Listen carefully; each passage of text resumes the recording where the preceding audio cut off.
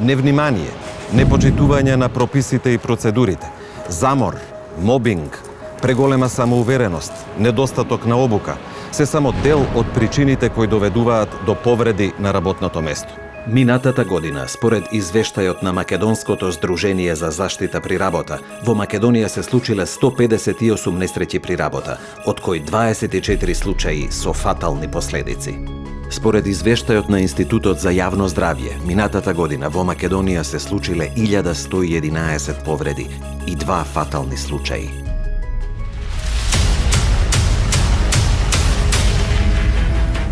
Кранистот работел во трета смена во фабриката.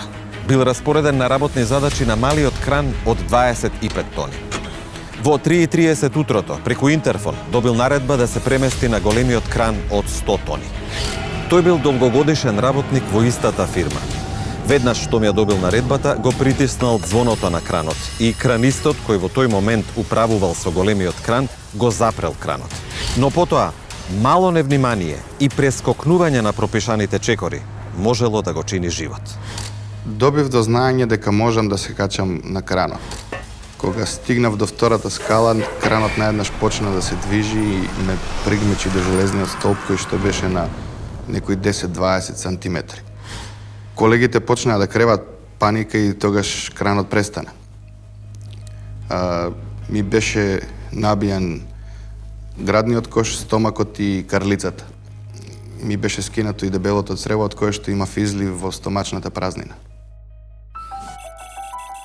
Според процедурите во фабриката, работникот кој требало да го замени кранистот кој дотогаш управувал со кранот, прво требало да го притисне тастерот за известување.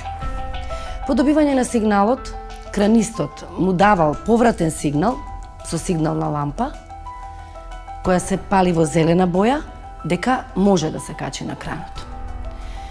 И после овој сигнал, кранот веќе бил запрен и не смел повеќе да се движи. Во овој случај, тоа не било испочитувано.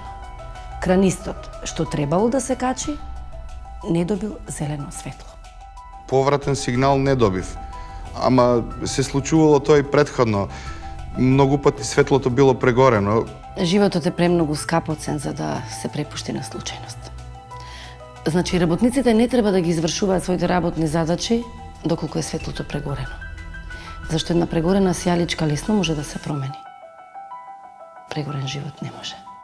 Несреќата се случила во 3:30 по полноќ. Тоа е време кога нормално човековиот организам би требало да одмора, но поради природата на работата, многу работници мора да работат и во ноќни услови. Тоа е причина повеќе за да се заштитат и работниците, и работодавачите, и да се придржуваат строго до пропишаните правила.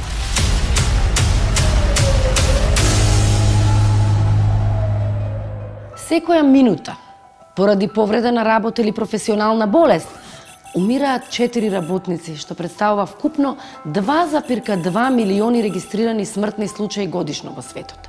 Околу 1,7 милиони од овие смртни случаи се поради професионални болести и околу 350.000 поради повреди на работа. Во Европската Унија, например, на секои 3,5 минути умира по еден работник поради причини што се поврзани токму со работата. Денес се би направил поинаку. Ама времето назад не можам да го вратам.